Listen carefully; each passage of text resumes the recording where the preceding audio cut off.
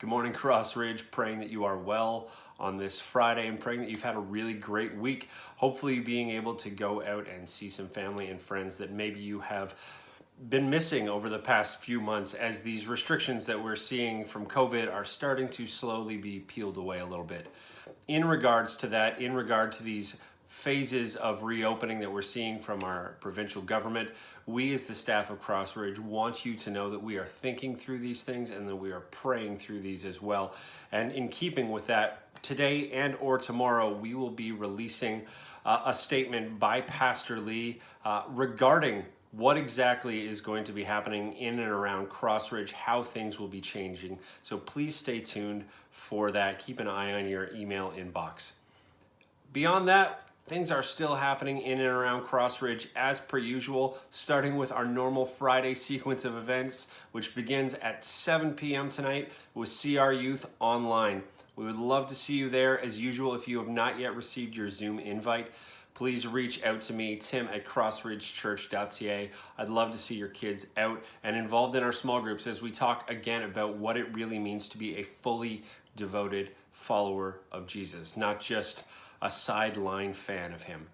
Beyond that, we move on to Sunday morning into our Sunday morning live stream. If you have kids, don't worry, we have lots again prepared for them. This week, our kids ministry is going to be taking a look at the birth of John the Baptist, that precursor to the coming of Jesus as a baby in Bethlehem. A very exciting story about this prophet who is so central to the story of Jesus. So look for that at crossridgekids.ca. As usual, there's a whole bunch more for all of you parents there as well.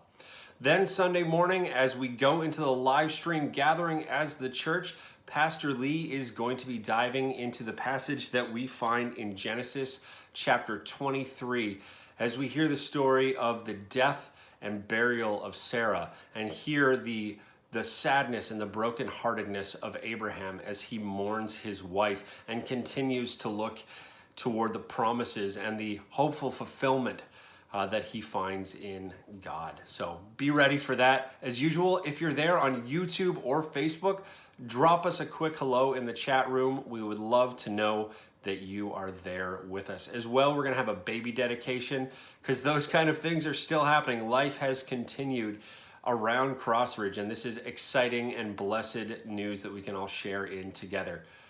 And that's all you guys need to know this week.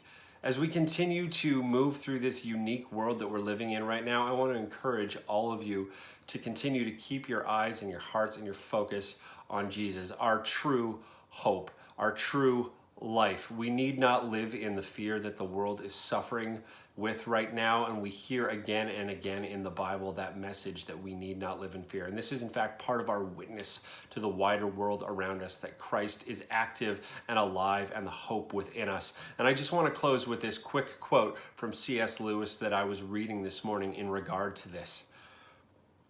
In such a fearful world, we need a fearless church. So let's go out there, let's be wise, continue to care for our neighbors, but also continue to show the hope and the genuine good things that we have in Jesus Christ.